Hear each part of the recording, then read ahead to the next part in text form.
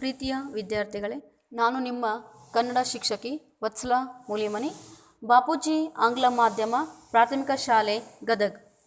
ಇಲ್ಲಿ ನಿಮಗೆ 7ನೇ ತರಗತಿಯ ವಿದ್ಯಾರ್ಥಿಗಳಿಗೆ ನಿಮ್ಮ ಪಠ್ಯಪುಸ್ತಕದಲ್ಲಿರುವಂತಹ 2ನೇ ಪಾಠವಾದ ಸೀನಿ ಸೆಟ್ರು ನಮ್ಮ ಟೀಚರ್ ಪಾಠಕ್ಕೆ ಇವತ್ತು ನಾನು ಹೋಗ್ತಾ ಇದ್ದೀನಿ. ಆ ಪಾಠವನ್ನು ಬರೆದಂಥವ್ರು ಯಾರು ಅಂತ ಹೇಳಿದ್ರೆ ವಿ ಗಾಯತ್ರಿ ಅಂತ ಹೇಳಿ. ಈ ಪಾಠದಲ್ಲಿ ಏನಿದೆ ನೋಡೋಣ ವಿದ್ಯಾರ್ಥಿಗಳೇ. ಪೇಜ್ ನಂಬರ್ 14 ತೆಗೀರಿ. ಈ ವಿಡಿಯೋನ ನೋಡಬೇಕಾದ್ರೆ ನಿಮ್ಮ ಟೆಕ್ಸ್ಟ್ ಬುಕ್ ನಿಮ್ಮ ಹತ್ರ ಇದ್ದರೆ ಮಾತ್ರ ಪಾಠ ಸರಿಯಾಗಿ ಅರ್ಥ ಆಗುತ್ತೆ ಅಂತ ಹೇಳ್ತಾ ಪಾಠವನ್ನು ಸ್ಟಾರ್ಟ್ ಮಾಡ್ತಾ ಇದ್ದೀನಿ. ಇವತ್ತಿನಿಂದ ನಿಮ್ಮ ಟೀಚರ್. ಇವರು ನಿಮಗೆ ಏನೆಲ್ಲ ಕಲಿಸಿಕೊಡುತ್ತಾರೆ ನೋಡ್ತಾ ಇರಿ. ಮಳೆಗಾಲ ತೀವ್ರಗೊಳ್ತಿದ್ದಂಥ ಆ ದಿನ ಮಾಂಡವಿ ಹೊಸ ಟೀಚರನ್ನು ಮಕ್ಕಳಿಗೆ ಪರಿಚಯಿಸಿದರು. ಈ ಮಾಂಡವಿ ಟೀಚರ್ ಏನು ಮಾಡ್ತಾರೆ, ಒಬ್ಬ ಹೊಸ ಟೀಚರನ್ನು ಪರಿಚಯ ಮಾಡಿಕೊಡ್ತಾರೆ ಅಂಥೇಳಿ. ತುಂಗ ಅವರನ್ನು ಸರಿಯಾಗಿ ನೋಡಿದ್ಲು. ಮೊದಲನೇದಾಗಿ ಆತ ವೇಷಭೂಷಣದಿಂದ ಟೀಚರ್ ಅಂತೆ ಕಾಣ್ತಿರ್ಲಿಲ್ಲ.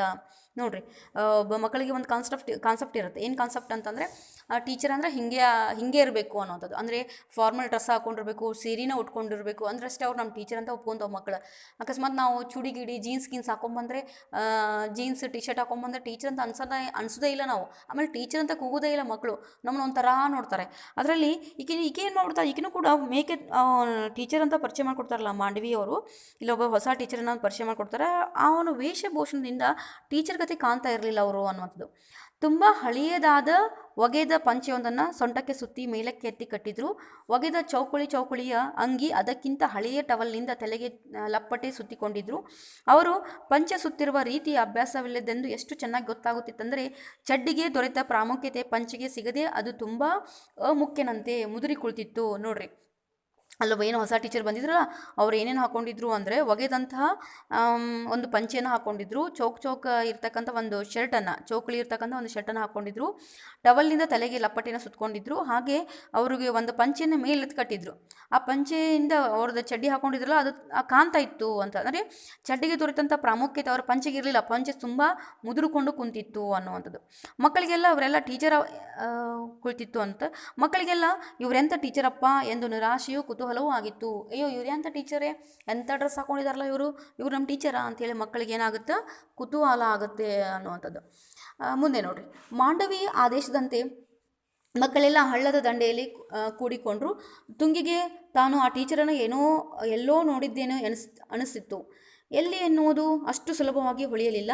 ಆತನ ಸ್ನೇಹಮಯ ಮುಖ ಬಿಸಿಲು ಮಳೆ ಚಳಿಗಳಿಗೆ ಪಕ್ಕಾಗಿ ಕರ್ರಗೆ ಸುಕ್ಕುಗಟ್ಟಿತ್ತು. ನೋಡ್ರಿ, ಆ ಮಾಂಡವಿ ಟೀಚರ್ ಮಾಂಡವಿ ಆದೇಶದಂತೆ ಮಕ್ಕಳೆಲ್ಲ ಏನು ಮಾಡ್ತಾರೆ, ಹಳ್ಳದ ದಂಡೆಯಲ್ಲಿ ಕೂತ್ಕೊಂಡಿದ್ರು. ತುಂಗ ಏನು ಮಾಡಿದ್ಲು, ಈ ಟೀಚರ್ನ ಎಲ್ಲೋ ನೋಡಿನಲ್ಲ, ನೆನಪು ಆಗ್ತಿಲ್ಲಲ್ಲ ಅಂತ ಅನಿಸಿತ್ತು. ಆತನ ಮುಖ ಹೆಂಗಿತ್ತು ಅಂದರೆ, ಆ ಸ್ನೇಹಮಯ ಮುಖ ಬಿಸಿಲು ಮಳೆ ಚಳಿಗಳಿಗೆ ಪಕ್ಕಾಗಿ ಕರ್ರಗೆ ಸುಕ್ಕುಗಟ್ಟಿತ್ತು ಅನ್ನೋಂಥದ್ದು. ಆತ ತಲೆಗೆ ಸುತ್ತಿದ ಲಪ್ಪಟೆಯಂತೂ ತೀರಾ ಪರಿಚಿತವಾಗಿತ್ತು. ಹೌದು, ನೆನಪಾಯಿತು. ಪ್ರತಿ ಸಲ ಸಾಮೇರ ಮನೆ ಅಲಿಮನೆಗೆ ಕೋಣ ಹೊಡೆದು ತರುವ ಸೀನಿ ಸೆಟ್ರು ಇವರು. ತಮ್ಮ 3 ಎಕರೆ ಜಮೀನಲ್ಲಿ ತಪ್ಪದೇ ಸಾಸಿವೆ ಬೆಳೀತಾ ಇದ್ದಂಥ ಒಬ್ಬ ರೈತ ಇವರು. ತುಂಗಳ ದೂರದ ಸಂಬಂಧಿಯಾದಂಥ ಸೀನಿ ಸೆಟ್ಟರಿಗೂ ಇವಳ ನೆನಪಿತ್ತು. ಪ್ರೀತಿಯಿಂದ ಅವಳ ತಲೆ ಸವರಿ, ಎಂಥ ಮಗ, ಆರಾಮ, ಅವ್ವ ಅಪ್ಪಯ್ಯ ಚಂದ ಅದಾರ ಎಂದು ಕೇಳಿದರು. ತುಂಗ ಸ್ವಲ್ಪ ಜೋರಾಗೇ ಹೇಳಿದ್ಲು. ಹೊಸ ಟೀಚರ್ ನನ್ನ ಪರಿಚಯಸ್ಥರು ಎಂದು ಇತರ ಮಕ್ಕಳ ಎದುರಿಗೆ ತೋರಿಸಿಕೊಳ್ಳುವುದು ಅವಳಿಗೆ ಹೆಮ್ಮೆ ಅನ್ನಿಸ್ತು. ನೋಡ್ರಿ, ಈ ಸೀನಿ ಸೆಟ್ರ್ ಏನು ಪರಿಚಯ ಮಾಡಿಸ್ಕೊಟ್ಲ ಮಾಂಡವಿ ಟೀಚರು. ಈ ತುಂಗ ಏನು ಮಾಡಿದ್ಲು ಅಂತಂದರೆ, ಇವ್ರನ್ನೆಲ್ಲೇ ನೋಡಿಲ್ಲ ಅಂತ ಯೋಚನೆ ಆಗಿತ್ತು. ಗೊತ್ತಾಯಿತು. ಏನಂತ ಗೊತ್ತಾಯಿತು ಅಂದರೆ, ಈ ಪ್ರತಿ ಸಲ ಸ್ವಾಮಿಯರ ಮನೆಗೆ ಏನು ಮಾಡ್ತಾಯಿದ್ರು, ಅಲೆಮನೆಗೆ ಅಂದರೆ ಬೆಲ್ಲವನ್ನು ರೆಡಿ ಮಾಡ್ತಕ್ಕಂಥ ಒಂದು ಅಲೆಮನೆ ಅಂತ ಬರುತ್ತೆ, ಅಲ್ಲಿಗೆ ಕೋಣವನ್ನು ಹೊಡ್ಕೊಂಬರ್ತಿದ್ರು ಅವರು. ಹಾಗೆ ಅವರ 3 ಎಕರೆ ಜಮೀನಿನಲ್ಲಿ ಏನು ಮಾಡ್ತಾಯಿದ್ರು, ಸಾಸಿವೆನ ಬೆಳೀತಾ ಇದ್ರು. ಒಬ್ಬ ರೈತ ಇವರು. ತುಂಗಳ ದೂರದ ಸಂಬಂಧಿ ಆಗದಂಥ ಸೀನಿ ಸೆಟ್ರು ಕೂಡ ಅವರು ತುಂಗಾಳಿಗೆ ಒಂದು ದೂರ ಸಂಬಂಧ ಆಗಬೇಕಾಗಿತ್ತು. ತುಂಗ ಅವರಿಗೆ ಪರಿಚಯಸ್ಥಳು. ಅವ್ರು ಏನು ಮಾಡ್ತಾರೆ, ಮಾತಾಡಿಸ್ತಾರೆ. ಏನು ಮಗ, ಆರಾಮದಿಯಾ, ನಿಮ್ಮ ಅವ್ವ ಅಪ್ಪ ಚೆನ್ನಾಗಿದ್ದಾರಾ ಅಂಥೇಳಿ ಈ ಸೀನಿ ಸೆಟ್ರು ಕೂಡ ತುಂಗಳನ್ನ ಮಾತಾಡಿಸ್ತಾರೆ. ತುಂಗಳು ಕೂಡ ಅವರನ್ನು ಪ್ರೀತಿಯಿಂದನೇ ಮಾತಾಡಿಸ್ತಾಳೆ ಅನ್ನುವಂಥದ್ದು. ಆಮೇಲೆ ಇತರ ಮಕ್ಕಳಿಗೆ ನನಗೆ ಪರಿಚಯದಾರ ಅಂತ ತೋರಿಸ್ಕೋಬೇಕಲ್ಲ, ಈ ಸೀನಿ ಸೆಟ್ರು ನಮ್ಮ ಹೊಸ ಟೀಚರ್ ನಮ್ಗೆ ಪರಿಚಯ ಅನ್ನುವಂಥ ತೋರಿಸ್ಕೊಳಕ್ಕೋಸ್ಕರ ಜೋರಾಗಿ ಹೆಮ್ಮೆಯಿಂದ ತುಂಗ ಅವರನ್ನು ಮಾತಾಡಿಸ್ತಾಳೆ ಅನ್ನುವಂಥದ್ದು. ಹಂಗಾರೆ ಸೀನಿ ಸೆಟ್ರು ನಮ್ಮ ಟೀಚರು ಎಂದು ತುಂಗ ನಕ್ಕಳು. ನಾ ಟೀಚರ್ ಅಲ್ಲಮ್ಮ, ಎಂತ ಅಲ್ಲ, ನಾನೊಬ್ಬ ಪಡಪೋಷಿ ರೈತ. ನಿಮ್ಮ ಹೆಡ್ ಮೇಡಮ್ಮ ನಿಮಗೆಲ್ಲ ಗದ್ದೆ ಕೆಲಸ ಹೇಳಿಕೊಡೋಕೆ ನನಗೆ ಕರೆಸಿದ್ದಾರೆ ಎಂದರು. ಸಂಕೋಚ ತಮಾಸೆಯಿಂದ ಸೀನಿ ಸೆಟ್ರು. ಮಾಂಡವಿ ಆತನ ಪಕ್ಕಕ್ಕೆ ನಿಂತು, ಹೌದು, ಇವರು ನಿಮ್ಮ ಬೇಸಾಯದ ಟೀಚರು. ನಿಮಗೆ ಬೇಸಾಯದಲ್ಲಿ ಸಹಾಯ ಮಾಡಲು ಇವರು ಒಪ್ಪಿಕೊಂಡಿರುವುದು ನಮ್ಮ ಪುಣ್ಯ. ಸರಿ ಮೇಷ್ಟ್ರೆ, ಈಗ ನೀವು ಪ್ರಾರಂಭಿಸಬಹುದು ಎಂದರು. ಮಾಂಡವಿ ಉದ್ದೇಶ ಏನಾಗಿತ್ತು ಮಾಂಡವಿ ಟೀಚರ್ದು ಅಂದರೆ, ಮಕ್ಕಳಿಗೆ ಕೃಷಿ ಬಗ್ಗೆ ಒಂದು ಸ್ವಲ್ಪ ಹೇಳ್ಕೊಡ್ಬೇಕಿತ್ತು. ಹಾಗಾಗಿ ನಾವು ಇವ ಸೀನಿಯರ್ ಸೆಟ್ರ್ ಏನು ಹೇಳ್ತಾರೆ, ನಾ ಎಂಥ ಟೀಚರು, ನಾ ಟೀಚರ್ ಅಲ್ಲ ಏನೂ ಅಲ್ಲ, ನಾವು ಒಬ್ಬ ರೈತ, ನಿಮ್ಮ ಹೆಡ್ ಮೇಡಮ್ ನಮ್ಮನ್ನ ಕೃಷಿ ಕೆಲಸ ಹೇಳ್ಕೊಡಕ್ಕೆ ಒಂದು ಸ್ವಲ್ಪ ಕರೆಸಿದ್ದಾರೆ ಅಷ್ಟೇ ಅಂತ ಹೇಳ್ತಾರೆ. ಆಮೇಲೆ ಮಾಂಡವಿ ನಂತರ ಹೌದು ಬೇಸಾಯದ ಇವರು ನಿಮಗೆ ಬೇಸಾಯವನ್ನು ಕಲಿಸ್ತಕ್ಕಂಥ ಒಬ್ಬ ಟೀಚರು, ನಿಮಗೆ ಬೇಸಾಯದಲ್ಲೇ ಸಹಾಯ ಮಾಡಲು ಇವರು ಒಪ್ಕೊಂಡಿರೋದು ನಮ್ಮ ಪುಣ್ಯ ಅಂತ ಹೇಳಿ ಏನು ಮಾಡ್ತಾರೆ ಮಾಂಡವಿ ಅವರು ಹೇಳ್ತಾರೆ. ಚಿನ್ನರ ಲೋಕದ ಬಹುಪಾಲು ಮಕ್ಕಳು ರೈತ ಕುಟುಂಬದವರೇ. ಒಂದಲ್ಲ ಒಂದು ರೀತಿಯಲ್ಲಿ ಬೇಸಾಯದಲ್ಲಿ ತೊಡಗಿಕೊಳ್ಳುತ್ತಿದ್ದಂಥ ಅವರಿಗೆ ಹೊಸದಾಗಿ ಬೇಸಾಯವನ್ನೇನೂ ಕಲಿಸಬೇಕಾಗಿರಲಿಲ್ಲ. ಆದರೆ ಶಾಲೆಯ ಕಲಿಕೆಯಲ್ಲಿ ಬೇಸಾಯವನ್ನು ಅಳವಡಿಸುವ ಮಾಂಡವಿಯ ಉದ್ದೇಶವೇ ಬೇರೆಯಾಗಿತ್ತು. ಶಾಲಾ ಶಿಕ್ಷಣ ನಿಜ ಬದುಕಿನ ಜೊತೆಗೆ ಹಾಸುಹೊಕ್ಕಿನ ಸಂಬಂಧ ಹೊಂದಿರಬೇಕೆಂಬುದೇ ಮಾಂಡವಿಯ ನಂಬಿಕೆಯಾಗಿತ್ತು. ಅದೇ ಅವರ ಶಿಕ್ಷಣ ಮಾದರಿಯ ತಳಹದಿ ಕೂಡ. ಶಾಲಾ ಶಿಕ್ಷಣದಲ್ಲಿ ಅವರು ಬೇಸಾಯವನ್ನು ಅಳವಡಿಸಲು ಮುಖ್ಯ ಕಾರಣ ಇದಾಗಿದ್ದರೂ ಕೂಡ ಅದು ಇನ್ನೂ ಅನೇಕ ವಿಚಾರಗಳಿಗೆ ಸಹಾಯಕವಾಗಿತ್ತು. ನೋಡ್ರಿ, ಈ ಚಿನ್ನರ ಲೋಕದ ಈ ಮಕ್ಕಳದ ಒಂದು ಲೋಕದಲ್ಲಿ ಅವರೆಲ್ಲರೂ ಆಲ್ಮೋಸ್ಟ್ ರೈತರ ಕುಟುಂಬದಿಂದ ಬಂದವರಾಗಿದ್ದರು ಮಕ್ಕಳು. ಆದರೂ ಕೂಡ ಈ ಮಾಂಡವಿ ಏನು ಮಾಡಿದರು, ಶಾಲೆಯ ಶಿಕ್ಷಣದೊಂದಿಗೆ ಅವರ ಬದುಕಿನ ಜೀವನವನ್ನು ಕಲಿಸ್ಕೊಡ್ಬೇಕು ಅನ್ನುವಂಥದ್ದು. ಶಾಲಾ ಶಿಕ್ಷಣ ನಿಜ ಬದುಕಿನ ಜೊತೆಗೆ ಹಾಸು ಹೋಗಿರುವ ಸಂಬಂಧವನ್ನು ಹೊಂದಿರಬೇಕೆಂಬುದೇ ಮಾಂಡವಿಯ ನಂಬಿಕೆಯಾಗಿತ್ತು ಅನ್ನುವಂಥದ್ದು. ಶಿಕ್ಷಣ ಮಾದರಿಯ ತಳಹದಿ ಕೂಡ ಶಾಲಾ ಶಿಕ್ಷಣದಲ್ಲಿ ಅವರು ಬೇಸಾಯವನ್ನು ಅಳವಡಿಸಲು ಮುಖ್ಯ ಕಾರಣ ಇದಾಗಿದ್ದರೂ ಕೂಡ ಅದು ಇನ್ನೂ ಅನೇಕ ವಿಚಾರಗಳಿಗೆ ಸಹಾಯಕವಾಗಿತ್ತು. ನೋಡ್ರಿ, ಬರೀ ಶಿಕ್ಷಣವನ್ನು ಕೊಡೋದು ಮಾತ್ರ ಅಲ್ಲ, ಶಿಕ್ಷಣದೊಂದಿಗೆ ಜೀವನಕ್ಕೆ ಸಹಾಯಕ ಆಗ್ತಕ್ಕಂತಹ ಒಂದು ನಾಲೆಜನ್ನು ಕೊಡಬೇಕು ಅನ್ನುವಂಥದ್ದು ಮಾಂಡವಿಯ ಉದ್ದೇಶ ಆಗಿತ್ತು. ಮೊದಲಿದ್ದಾಗಿ ಮಣ್ಣಿನ ಕಣಕಣಗಳೊಟ್ಟಿಗೆ ಸಂವಾದಿಸಬಲ್ಲ ಸೀನಿಯರ್ ಸೆಟ್ರ್ ಅಂತಹ ರೈತನ ಅನುಭವಜನ್ಯ ವಿಚಾರಣೆಗೆ ತರಗತಿಯೊಳಗೆ ನಡೆಯಬೇಕಾದ ಅರ್ಧ ಪಾಲು ವಿಜ್ಞಾನದ ಪಾಠವನ್ನು ಗದ್ದೆಯಲ್ಲಿ ಕಲಿಸಿಬಿಡುತ್ತಿತ್ತು. ನೋಡ್ರಿ, ಈ ಸೀನಿಯರ್ ಸೆಟ್ರು ಏನು ಮಾಡ್ತಿದ್ರು ಅಂದರೆ, ಮಣ್ಣಿನ ಕಣಕಣಗಳೊಡನೆ ಸಂವಾದಿಸಬಲ್ಲ ಅಂದರೆ ಮಾತಾಡಬಲ್ಲ ಅಂತಹ ಸೀನಿಯರ್ ಸೆಟ್ರು ರೈತರ ಅನುಭವ ವಿವರಣೆ ತರಗತಿಗಳಿಗೆ ನಡೆಯಬೇಕಾದಂಥ ಅರ್ಧ ಪಾಲು ವಿಜ್ಞಾನದ ಪಾಠವನ್ನು, ನೋಡ್ರಿ, ವಿಜ್ಞಾನದಲ್ಲಿ ನೀವು ಕೆಮಿಸ್ಟ್ರಿ ಇರ್ಬೋದು, ಬಯಾಲಜಿ ಇರ್ಬೋದು ಕಲಿತಿರಲ್ಲ, ಅದರಲ್ಲಿ ಕೆಲವೊಂದು ಪಾಠವನ್ನು ಈ ಗದ್ದೆಯಲ್ಲಿ ಕಲಿಸ್ಬೋದಾಗಿತ್ತು. ಯಾರು? ಸೀನಿಯರ್ ಸೆಟ್ರು. ಎರಡನೇದಾಗಿ ಮಕ್ಕಳು ಕುಟುಂಬದೊಂದಿಗೆ ವ್ಯವಸಾಯದಲ್ಲಿ ಪಾಲ್ಗೊಳ್ತಾ ಇದ್ದರೂ ಅವರಿಗೆ ಸಿಗುತ್ತಿದ್ದದ್ದು ಎರಡನೆಯ ಸ್ಥಾನ, ಸೀಮಿತ ಒಳಗೊಳ್ಳುವಿಕೆ. ಆದರೆ ಇಲ್ಲಿ ಬೇಸಾಯದ ಎಲ್ಲ ಹಂತಗಳಲ್ಲೂ ಎಲ್ಲ ಕೆಲಸಗಳನ್ನು ಜವಾಬ್ದಾರಿಗಳನ್ನು ಸ್ವಂತ ತಾವೇ ಮಾಡಬೇಕಾದ್ದರಿಂದ ಅವರಿಗೆ ಇಡಿಯಾದ ಅನುಭವ ಸಿಗ್ತಾ ಇತ್ತು. ನೋಡ್ರಿ, ನೀವು ಅವರು ಮಕ್ಕಳನ್ನ ತಂದೆ ತಾಯಿ ಹೊಲಕ್ಕೆ ಕರ್ಕೊಂಡು ಹೋಗಿರ್ತಾರೆ, ಆದರೆ ಕೆಲವೊಂದು ಕೆಲಸವನ್ನು ಮಾತ್ರ ಹೇಳ್ಕೊಡ್ತಾರೆ, ಇನ್ನು ಕೆಲವೊಂದು ಕೆಲಸವನ್ನು ಹೇಳ್ಕೊಡೋದಿಲ್ಲ. ಅರ್ಧ ಸಿಗ್ತಾಯಿತ್ತು ಅವ್ರಿಗೆ, ಇನ್ನು ಅರ್ಧ ಸಿಗ್ತಿರ್ಲಿಲ್ಲಾಗಿತ್ತು. ಆದ್ದರಿಂದ ಮಾಂಡವಿ ಏನು ಮಾಡ್ತಾರೆ, ಈ ಕೃಷಿಗೆ ಸಂಬಂಧಪಟ್ಟಂಥ ಪೂರ್ಣ ಜ್ಞಾನವನ್ನು ಈ ಯಾರು ಸೀನಿಯರ್ ಸೆಟ್ರ್ ಕಲಿಸ್ಕೊಡ್ಬೇಕು ಅಂತ ಹೇಳಿ ಅವ್ರನ್ನ ಕರ್ಕೊಂಡು ಬಂದಿರ್ತಾಳೆ ಅನ್ನುವಂಥದ್ದು. ಹಳ್ಳದ ಬದಿಯ ಎಡೆಕೆರೆ ಜಮೀನನ್ನು ಮಾಂಡವಿ ಬೇಸಾಯಕ್ಕೆಂದೇ ಕೊಂಡುಕೊಂಡಿದ್ರು. ಹಾಗೆ ಮನೆಯಲ್ಲಿ ಮುಂದುಗಡೆ ಒಂದು ರೂಮನ್ನು ಮಕ್ಕಳಿಗೆ ಬೇಸಾಯದ ಸಾಮಗ್ರಿಗಳನ್ನು ಇಟ್ಟುಕೊಳ್ಳಲೆಂದು ತೆರವು ಮಾಡಲಾಗಿತ್ತು. ಈಗಾಗಲೇ ಭತ್ತ ಬಿತ್ತಿದ ಗದ್ದೆಯದು. ನಿಲ್ಲಲಿ ಎಂದರೂ ಕೇಳದೆ ಜಡಿ ಮಳೆಯಲ್ಲಿ ಶಾಲೆಯ 50 ಮಕ್ಕಳು ಕಂಬಳಿಗೊಪ್ಪೆ ಹಾಕಿಕೊಂಡು ಸಂಭ್ರಮದಿಂದ ಗದ್ದೆಗಿಳಿದ್ರು ಸೀನಿಯರ್ ಸೆಟ್ರ್ ಜೊತೆ. ನೋಡ್ರಿ, ಈ ಹಳ್ಳದ ಬದಿ 2 ಎಕರೆ ಜಮೀನನ್ನು ಮಾಂಡವಿಯವರು ತೊಗೊಂಡಿದ್ರು, ಬೇಸಾಯಕ್ಕೆ ತೊಗೊಂಡಿದ್ರು ಅವರ ಟೀಚರು.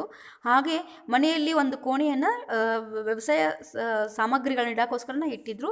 ಹಾಗಾಗಿ ತಾವು ಈಗಾಗಲೇ ಭತ್ತ ಬಿತ್ತಿದ್ದ ಗದ್ದೆಯದು, ಯಾರು ಟೀಚರ್ ಆಗಲಿ ಏನೋ ಆಗಲಿ ಆ ಗದ್ದೆಯಲ್ಲಿ ಭತ್ತವನ್ನು ಬಿತ್ತಿದ್ರು. ಅವ್ರು ನಿಲ್ಲಲಿ ಎಂದರೂ ಕೇಳದೆ ಜಡಿ ಮಳೆಯಲ್ಲಿ 50 ಮಕ್ಕಳು ಏನು ಮಾಡ್ತಾರೆ, ಕಂಬಳಿಗೊಪ್ಪೆ ಅಂದರೆ ಮಳೆಗೆ ನಾವು ತೋರಿಸ್ಕೋಬಾರ್ದು ಅಂತೇಳಿ ಹೊತ್ಕೊಳ್ಳುವಂಥ ಒಂದು ಗೋಣಿ ಚೀಲ ಟೈಪ್ ಕಂಬಳಿಗೊಪ್ಪೆ ಅಂತಿತ್ತು, ಅದನ್ನು ಹೊತ್ಕೊಂಡು ಏನು ಮಾಡ್ತಾರೆ, ಗದ್ದೆಗಿಳಿತಾರೆ ಅಂಥೇಳಿ. ಮುಂಚೆ ನಾವು ಸಸಿಗಳನ್ನ ಕೀಳೋಣ, ಇವತ್ತೇ ಸಸಿ ಕಿತ್ತು ಮುಗಿತೆಂದರೆ ನಾಳೆಯಿಂದ ನಾಟಿ ಮಾಡೋಣ ಸೀನಿಯರ್ ಸೆಟ್ರ್ ಎಂದರು ಮಕ್ಕಳನ್ನು ಉದ್ದೇಶಿಸಿ. ನೋಡ್ರಿ, ಮುಂಚೆ ನಾವು ಸಸಿಗಳನ್ನ ಕಿತ್ಬಿಡೋಣ, ಆಮೇಲೆ ಏನು ಮಾಡೋಣ, ನಾಳೆ ನಾವು ಇವತ್ತು ಸಸಿಗಳನ್ನ ಕಿತ್ತು ಮುಗೀತು ಅಂತಂದ್ರೆ ನಾಳೆಯಿಂದ ನಾಟಿ ಮಾಡೋಣ ಅಂತ ಹೇಳ್ತಾರೆ.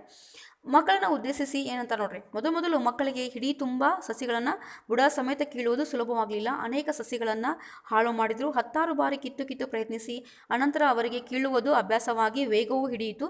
ಅವುಗಳನ್ನು ಸಣ್ಣ ಸಣ್ಣ ಕಟ್ಟುಗಳಲ್ಲಿ ಕಟ್ಟಿ ಕೆಸರು ಗದ್ದೆಯಲ್ಲಿಡುವುದನ್ನು ಟೀಚರ್ ಕಲಿಸಿಕೊಟ್ರು.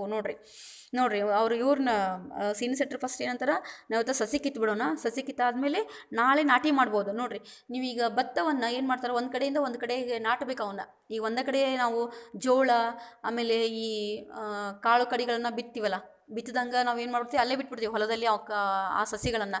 ಆದರೆ ಈ ಭತ್ತ ಹಾಗಲ್ಲ. ಈ ಭತ್ತವನ್ನು ಏನು ಮಾಡಬೇಕು, ಸಸಿಗಳನ್ನು ಕಿತ್ಕೋಬೇಕು, ಕಿತ್ತು ಬೇರೆ ಕಡೆ ನಡಬೇಕು ಅವನ್ನ. ಹಾಗಾಗಿ ಇವತ್ತು ಏನು ಮಾಡ್ಬೋಣ, ಈ ಕಡೆ ಬೆಳೆದಂಥ ಸಸಿಗಳನ್ನು ಕಿತ್ತು ಒಂದು ಕಟ್ಟನ್ನು ಕಟ್ಟಿ ಬೇರೆ ಕಡೆ ನಾವು ನಾಟಿ ಮಾಡಬೇಕು ಅಂತ ಹೇಳಿ ಸೀನಿಯರ್ ಸಿಟಿಜನ್ ಹೇಳ್ತಾರೆ. ಆವಾಗ ಎಲ್ಲರೂ ಏನು ಮಾಡಿ, ಮೊದಲು ಕೀಳೋದು ಸುಲಭ ಅನಿಸ್ಲಿಲ್ಲ, ಎಲ್ಲರಿಗೂ ಎಲ್ಲನೂ ಬರೋದಿಲ್ಲ, ಕೀಳ್ಲಿಕ್ಕೆ ಸುಲಭ ಆಗಲಿಲ್ಲ. ಆದರೆ ಹೋಗ್ತಾ ಹೋಗ್ತಾ ಪ್ರಾಕ್ಟೀಸ್ ಮೇಕ್ ಮ್ಯಾನ್ ಪರ್ಫೆಕ್ಟ್ ಅಂತೆ. ಸೊ ಪ್ರಾಕ್ಟೀಸ್ ಆಯಿತು ಮಕ್ಕಳಿಗೆ, ಸರಿಯಾಗಿ ಕಿತ್ತು ಕಟ್ಟನ್ನು ಕಟ್ತಾರೆ. ಅಂದರೆ ಕಟ್ಟಂದರೆ ಇಡೀ ಸಸಿಗಳನ್ನು ಏನು ಮಾಡ್ತಾರೆ, ಒಂದು ಕಡೆ ಕಟ್ಟನ್ನು ಕಟ್ತಾರೆ ಅಂಥೇಳಿ. 1 ಗಂಟೆ ಕೆಲಸದ ಅನಂತರ ಸೀನಿಯರ್ ಸಿಟಿಜನ್ ಇವತ್ತಿಗೆ ಸಾಕು, ನಾಳೆ ಉಳಿದಿದ್ದನ್ನು ಎಂದರು.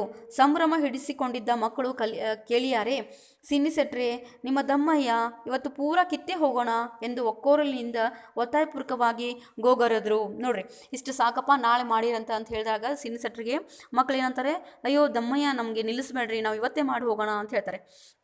ಅಷ್ಟರಲ್ಲಿ ಒಂದು ಸಣ್ಣ ಹಾವು ಅವಸರದಿಂದ ಸರಿಯುತ್ತಾ ಹಾಲಪ್ಪ ಎನ್ನುವವನ ಕಾಲನ್ನು ಕಚ್ಚಿಬಿಟ್ಟಿತು. ಅವನು ಹೋಹಾರಿ ಬಿದ್ದ. ತಕ್ಷಣ ಸೀನಿಯರ್ ಸಿಟಿಜನ್ ಅವನನ್ನು ಹಿಡಿದುಕೊಂಡು, ಹೆದರಬೇಡ ಮಗ, ಎಂತ ಆಗಲ್ಲ, ಅದು ನೀರಾವು, ವಿಷದ ಹಾವಲ್ಲ, ಒಂದು ಮೀನು ಕಚ್ಚಿದ್ರೆ ಹೆಂಗೋ ಅಷ್ಟೇ ಎಂದು ತಿಳಿ ಹೇಳಿ ಸಮಾಧಾನ ಮಾಡ್ತಾರೆ. ನೋಡ್ರಿ, ಆ ಹೊಲದಲ್ಲಿ ಒಂದು ಸಣ್ಣ ನೀರು ಹಾವು ಏನು ಮಾಡ್ತು, ಹಾಲಪ್ಪ ನನ್ನ ಕಾಲಿಗೆ ಕಚ್ಚಿತು. ಅದು ಹೋಹಾರಿಬಿಟ್ಟ, ಅವ ಹೆದರ್ಬಿಟ್ಟ. ಅವಂಗೆ ಸೀನಿಯರ್ ಸಿಟಿಜನ್ ಅಂತ, ಹೆದರ್ಬೇಡ, ಇದು ಒಂದು ಸಣ್ಣ ಮೀನು ಕಚ್ಚಿದ್ರೆ ಹೆಂಗೆ ಅನ್ಸುತ್ತೆ ಹಂಗೆ ಅನ್ಸುತ್ತೆ ಅಷ್ಟೇ ಅಂತ ಹೇಳಿ ಸಮಾಧಾನ ಮಾಡ್ತಾರೆ ಅಂಥೇಳಿ. ಮುಂದಿನ ದಿನಗಳಲ್ಲಿ ನಾಟಿ ಇದು ಸಸಿ ಕೀಳುವುದಕ್ಕಿಂತಲೂ ಕಷ್ಟಕರವಾದ ಕೆಲಸ. ಅನೇಕ ಸಸಿಗಳನ್ನು ಒಟ್ಟಿಗೆ ಹಿಡಿದು ಒಂದೇ ಸಲಕ್ಕೆ ಬೇರು ನಾಟುವಂತೆ ಹೆಬ್ಬೆಟ್ಟಿನಿಂದ ಗಟ್ಟಿಯಾಗಿ ಒತ್ತಿ ಊರಬೇಕು. ಮೊದಲಿಗೆ ಕೆಲ ಮಕ್ಕಳಂತೂ ಇದು ತಮ್ಮಿಂದ ಸಾಧ್ಯವೇ ಇಲ್ಲ ಎನಿಸಿಬಿಟ್ಟಿತ್ತು. ನೋಡ್ರಿ, ಕೀಳೋದು ಈಸಿ, ಮತ್ತು ಹೊಳೆ ನಡಬೇಕಲ್ಲ, ಹಾಗಾಗಿ ಒಂದೇ ಬೇರು ಸಮೇತ ತೆಳಗೆ ಹೋಗ್ಬೇಕದು, ಆ ರೀತಿಯಾಗಿ ಒಂದು ಸಸಿಯನ್ನು ನಡಬೇಕು. ಮೊದಲು ಕೆಲ ಮಕ್ಕಳಿಗಂತೂ ತಮ್ಮಿಂದ ಸಾಧ್ಯವೇ ಇಲ್ಲ ಅನಿಸ್ಬಿಡುತ್ತಂತೆ. ಆದರೆ ಸೀನಿಯರ್ ಸಿಟಿಜನ್ ಅಪಾರ ತಾಳ್ಮೆ, ಉತ್ತೇಜನಗಳು ಅವರನ್ನು ಕೆಲಸಕ್ಕೆ ಹೊಂದಿಸಿಬಿಟ್ಟು ಹಾಡು ಹೇಳಿಕೊಂಡು ಕೆಲಸ ಮಾಡಿ, ಆಗ ಕಷ್ಟನೇ ತಿಳಿಯಲ್ಲ ಎಂದು ಉತ್ತೇಜಿಸಿದರು. ತಕ್ಷಣ ಎಲ್ಲರೂ ಚಂದ್ರಕಾಂತ ಶುರು ಮಾಡೋ ಎಂದು ಕೂಗಿಕೊಂಡ್ರು. ಅವ ಧ್ವನಿಗೆ ತಮ್ಮ ಧ್ವನಿ ಅಲೆ ಸೇರಿಸಿದರು ಅಂಥೇಳಿ. ಈ ಚಂದ್ರಕಾಂತ ಅನ್ನೋಂಗೆ ಹಾಡೋ ನೀನು ಅಂತೆಲ್ಲ ಜೋರಾಗಿ ಹೇಳ್ತಾರೆ, ಅವ್ರ ಧ್ವನಿಯೊಂದಿಗೆ ಇವ್ರ ಧ್ವನಿಯನ್ನು ಸೇರಿಸ್ತಾರೆ ಅಂಥೇಳಿ. ಮಾರನೇ ದಿನ ಯಶೋಧ ಹೊಸತನ ಹುಡುಕಿದ್ಲು. ಯಶೋಧ ಅನ್ನುವಂಥ ಹುಡುಗಿ ಹೊಸ ಹಾಡನ್ನು ಹುಡ್ಕೊಂಬಂದಿದ್ಲು. ಏನು ಹಾಡೋದು, ಕೈ ಎಲ್ಲಿಗೆ ಹೋಯಿತು ಸಂತೆಗೆ ಅಂತ ಅನ್ನುವಂಥ ಹಾಡನ್ನು ಯಶೋಧ ಹುಡ್ಕೊಂಬಂದಿದ್ಲು. ಹಾಗೆ ಆ ಹಾಡನ್ನು ಯಶೋಧ ಸ್ಟಾರ್ಟ್ ಮಾಡ್ತಾಳೆ ಅನ್ನುವಂಥದ್ದು. ಇಬ್ಬರು ಆಡುವ ಆಟವನ್ನು ಎಲ್ಲರೂ ಭಾಗವಹಿಸುವಂತೆ ಪರಿವರ್ತಿಸಿದ್ಲು. ಕೈ ಎಲ್ಲಿಗೆ ಹೋತು ಎಂದು ಒಬ್ಬ ಪ್ರಾರಂಭಿಸಿದರೆ ಪಕ್ಕದಲ್ಲಿರುವವಳು ಸಂತೆಗೆ ಎನ್ನಬೇಕು. ಮತ್ತೆ ಅವಳ ಪಕ್ಕಕ್ಕೆ ನಿಂತವಳು ಸಂತೆಯಿಂದ ಏನು ತಂದೆ ಅಂದರೆ ಮುಂದಿನವಳು ಬಾಳೆಹಣ್ಣು ಎನ್ನುವುದು. ಹೀಗೆ ಆಟ ಸಾಗ್ತದೆ ಅಂತೇಳಿ. ಅಂದರೆ ಒಬ್ಬರು ಏನು ಮಾಡ್ತಾರೆ, ಸ್ಟಾರ್ಟ್ ಮಾಡಿದ ತಕ್ಷಣ ಕೈ ಎಲ್ಲಿಗೆ ಹೋತು ಅಂತ ಕೇಳಿದ ತಕ್ಷಣ ಸಂತೆಗೆ ಅಂತ ಒಬ್ಬರು ಹೇಳಬೇಕು. ಒಬ್ಬರು ಸಂತೆಯಿಂದ ಏನು ತಂದೆ ಅಂತ ಕೇಳಿದರೆ ಮುಂದೆ ಬಾಳೆಹಣ್ಣು ತಂದೆ ಅಂತ ಹೇಳಲಿಕ್ಕೆ ಇನ್ನೊಬ್ರು ಬೇಕು ಅನ್ನುವಂಥದ್ದು. ಇಲ್ಲಿ ಕೊಟ್ಟಿದ್ದ ಹಾಡು, ಬಾಳೆಹಣ್ಣು ಏನು ಮಾಡಿದೆ ಅಂತಾರೆ, ತಿಂದೆ. ಸಿಪ್ಪೆ ಏನು ಮಾಡಿದೆ, ಕದದ ಮೂಲೆಗೆ ಹಾಕಿದೆ. ಕದ ಮೂಲೆ ಏನು ಕೊಡ್ತು, ಚಕ್ಕೆ ಕೊಡ್ತು. ಚಕ್ಕೆ ಏನು ಮಾಡಿದೆ, ಒಲೆಗೆ ಹಾಕಿದೆ. ಒಲೆ ಏನು ಕೊಡ್ತು, ಬೂದಿ ಕೊಡ್ತು ಅನ್ನುವಂಥದ್ದು. ಬೂದಿ ಏನು ಮಾಡಿದೆ, ಗೊಬ್ಬರದ ಗುಡಿಗೆ ಹಾಕಿದೆ. ಗೊಬ್ಬರದ ಗುಂಡಿ ಏನು ಕೊಡ್ತು, ಗೊಬ್ಬರ ಕೊಡ್ತು. ಗೊಬ್ಬರ ಏನು ಮಾಡಿದೆ, ಬಾಳೆಗಿಡಕ್ಕೆ ಹಾಕಿದೆ. ಬಾಳೆಗಿಡ ಏನು ಕೊಡ್ತು, ಬಾಳೆಹಣ್ಣು ಕೊಡ್ತು. ಬಾಳೆಹಣ್ಣು ಏನು ಮಾಡಿದೆ, ಗುಳುಮ್ ತಿಂದೆ ಅನ್ನುವಂಥದ್ದು ಒಂದು ಹಾಡಿದೆ. ಅಂದರೆ ಈ ಥರ ರೊಟೇಷನ್, ಏನು ಬಾಳಿನ ಸಿಪ್ಪಿ ಏನು ಮಾಡಿದೆ ಅನ್ನುವಂಥದ್ದು. ಹೀಗೆ ಮತ್ತೆ ಇಡೀ ಪ್ರಶ್ನೆ ಉತ್ತರದ ಚಕ್ರ ತಿರುಗುವುದು. ಯಶೋಧಳ ಈ ಆಟದಿಂದ ಅಂದು ನಾಟಿ ಮುಗಿಯುವ ವೇಳೆಗೆ ಪ್ರತಿ ಮಕ್ಕಳು 4 ಬಾಳೆಹಣ್ಣುಗಳನ್ನಾದರೂ ತಿಂದಿದ್ದು. ನಾಟಿ ಮುಗಿಯುವವರೆಗೂ ಸೀನಿಯರ್ ಸಿಟಿಜನ್ ಮಕ್ಕಳ ಜೊತೆಗೆ ಇದ್ದು ಅಲ್ಲಿಂದ ಕಾಲಕ್ಕೆ ಅವರು ಗಮನಿಸಿಕೊಳ್ಳಬೇಕಾದ ವಿಷಯವನ್ನೆಲ್ಲ ಹೇಳಿಕೊಟ್ರು. ಇಷ್ಟು ಸೀನಿಯರ್ ಸಿಟಿಜನ್ ಹೇಳಿಕೊಟ್ರು, ಹೆಂಗೆ ಕಿತ್ತಬೇಕು, ಹೆಂಗೆ ನಾಟಿ ಮಾಡಬೇಕು ಅನ್ನುವಂಥದ್ದು. ಹಾಗಾಗಿ ಮುಂದೆ ಕೊನೆಯ ಪ್ಯಾರಾಗ್ರಾಫ್ ನೋಡ್ರಿ ವಿದ್ಯಾರ್ಥಿಗಳೇ. ನಾಟಿ ಮುಗಿದ ಮೇಲೆ ಇನ್ನು ಯಾವಾಗ ಹೊರಟಿತೋ, ಯಾವಾಗ ತೆನೆ ಬಂದಿತೋ ಎಂದು ಮಕ್ಕಳು ಚಡಪಡಿಕೆ. ತುಂಗಾಳಂತೂ ಪ್ರತಿದಿನ ಶಾಲೆಗೆ ಬಂದ ತಕ್ಷಣ ಗದ್ದೆಯನ್ನು ನೋಡುವವರೆಗೆ ಎಂಥದೋ ಚಡಪಡಿಕೆ. ನೋಡ್ರಿ, ಮಕ್ಕಳಿಗೆ ಒಂದ್ಸಲ ಈ ನಾಟಿ ಮಾಡೀವಿ ಅಂದರೆ ಬೆಳೆ ಯಾವಾಗ ಬರುತ್ತೆ, ಹೊಡೆ ಅಂತಂದರೆ ತೆನೆ ಯಾವಾಗ ಬರುತ್ತೆ ಅನ್ನೋ ಒಂದು ಚಡಪಡಿಕೆ ಸ್ಟಾರ್ಟ್ ಆಗಿತ್ತು ಮಕ್ಕಳಿಗೆ. ಅವಳು ಕಿಟ್ಟನು ಸೇರಿ ಮನೆ ಆಟದ ಮೇಲೆ ಹತ್ತಿ ಕಿಟಕಿ ಕಿಂಡಿಯಲ್ಲಿ ಅಂತಂದ್ಕೊಂಡು, ಅಂದರೆ ಕಂಡಿಯಲ್ಲಿ ನೋಡಿದರೆ ಗದ್ದೆ ತುಂಬ ಚೆನ್ನಾಗಿ ಕಾಣ್ತದೆ ಎಂದು ಹೇಳಿಕೊಂಡಿದ್ರು. ಈ ರಹಸ್ಯ ಯಾರಿಗೂ ತಿಳಿಯಬಾರದೆಂದು ಗುಟ್ಟಾಗಿಡಲು ಪ್ರಯತ್ನಿಸಿದಷ್ಟು ಅದು ಬಯಲಾಗಿಬಿಟ್ಟಿತ್ತು. ಕೊನೆಗೆ ಗದ್ದೆ ವೀಕ್ಷಣೆ ಟವರ್ ಆಗಿ ಪರಿವರ್ತನೆಗೊಂಡಿತು ಅಂತೇಳಿ. ಕಿಟಕಿಯಲ್ಲಿ ನೋಡಿದರೆ ಗದ್ದೆ ಹೆಂಗೆ ಕಾಣ್ತಿತ್ತು, ತುಂಬ ಹಸಿರಾಗಿ ಕಾಣ್ತಾ ಇತ್ತು ಅನ್ನುವಂಥದ್ದು, ತುಂಬ ಚೆನ್ನಾಗಿ ಕಾಣುತ್ತೆ ಅನ್ನುವಂಥದ್ದನ್ನು ಗುಟ್ಟಾಗಿಟ್ಟಿದ್ರು. ಆದರೂ ಕೂಡ ಇದು ರಟ್ಟಾಗಿಬಿಡ್ತು. ಎಲ್ಲರಿಗೂ ಗೊತ್ತಾದ ಮೇಲೆ ಎಲ್ಲರೂ ಏನು ಮಾಡಿದರು, ಈ ಮನೆ ಅಟ್ಟ ಇರ್ಬೋದು ಅಥವಾ ಕಿಟಕಿ ಇರ್ಬೋದು, ಅವೆಲ್ಲ ವೀಕ್ಷಣೀಯ ಟವರ್ಗಳಾಗಿ ಪರಿವರ್ತನೆಗೊಂಡು ಅನ್ನೋಂಥ ಅಷ್ಟು ಸಂಭ್ರಮ ಮಕ್ಕಳಿಗೆ. ಅಂದರೆ ತಾವು ಹಾಕಿದಂತಹ ಈ ಸಸಿಗಳು ಹೆಂಗೆ ಬೆಳೆದ್ವು ಅನ್ನುವಂಥದ್ದನ್ನು ಅಷ್ಟು ಸಂಭ್ರಮದಿಂದ ಅದನ್ನು ಸಸಿಗಳನ್ನ ಕಿತ್ತು ನಾಟಿ ಮಾಡಿದರು ಅನ್ನುವಂಥದ್ದು. ಇಷ್ಟು ಸೀನಿಯರ್ ಸೆಟ್ರು ನಮ್ಮ ಟೀಚರ್ ಅನ್ನುವಂಥ ಪಾಠ. ವಿದ್ಯಾರ್ಥಿಗಳೇ, ಈ ಪಾಠ ತುಂಬ ಸರಳ ಇದೆ, ಹಾಗಾಗಿ ನೀವು ಒಂದ್ಸಲ ಓದ್ಕೊಂಡು ಇದಕ್ಕೆ ಸಂಬಂಧಪಟ್ಟಂಥ ಪ್ರಶ್ನೆ ಉತ್ತರಗಳನ್ನು ಬರೀರಿ ಅಂತ ಹೇಳ್ತಾ ನನ್ನ ತರಗತಿಯನ್ನು ಮುಗಿಸ್ತಾ ಇದ್ದೀನಿ. ಧನ್ಯವಾದಗಳು.